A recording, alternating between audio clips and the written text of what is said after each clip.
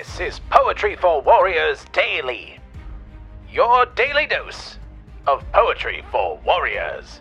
And here's your host, Joshua David Ling. 7. Deep Breath.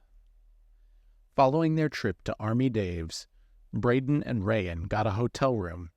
They put together all of their knowledge, but still felt a sense of gloom. Braden now had a stealth suit ready, and communication between them was set. They had their plans all together, but something wasn't quite right yet. And your battery should last until 1 hour after the job is scheduled to end. Grandma, just be careful and stealthy and all should be well. If you have any extra time, do not spend. Grandma, thankfully for us, security seems to be a wreck. Grandma, would you be quiet and listen for a sec? Rayen's eyes snapped out of her focus, and she looked in Braden's eyes. She saw fear within those dark orbs, shivering, something that he couldn't hide. It was not a fear for the mission ahead or for California or more. It was only for his grandmother's sanity that his eyes shook to their core. I'm all right, Nahuel, she said using his middle name. I've just neglected to tell you the real reason I'm so ignited by this flame of intriguing plans and subterfuge and international politics ensuing.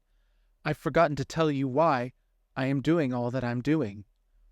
Rayen got up out of her chair by the computer she'd set up, and she poured Braden some hot chocolate and put it in a little cup.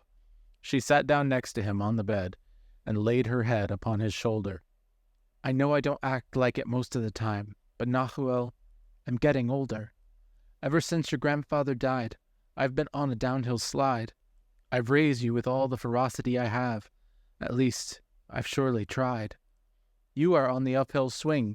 Your conservative approach shows that you're thinking of the future, and a future that's filled with hope.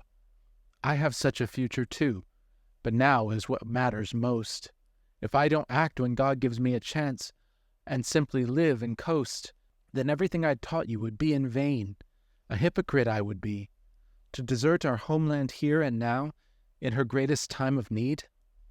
Braden slowly nodded his head. You miss Poppy a lot. Rayen's eyes then broke into tears, and her face was contorted and fraught. Nothing you have taught me has been in vain.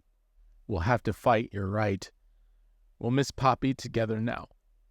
But after tonight, we fight. This has been Poetry for Warriors Daily. For more, visit joshuadavidling.com.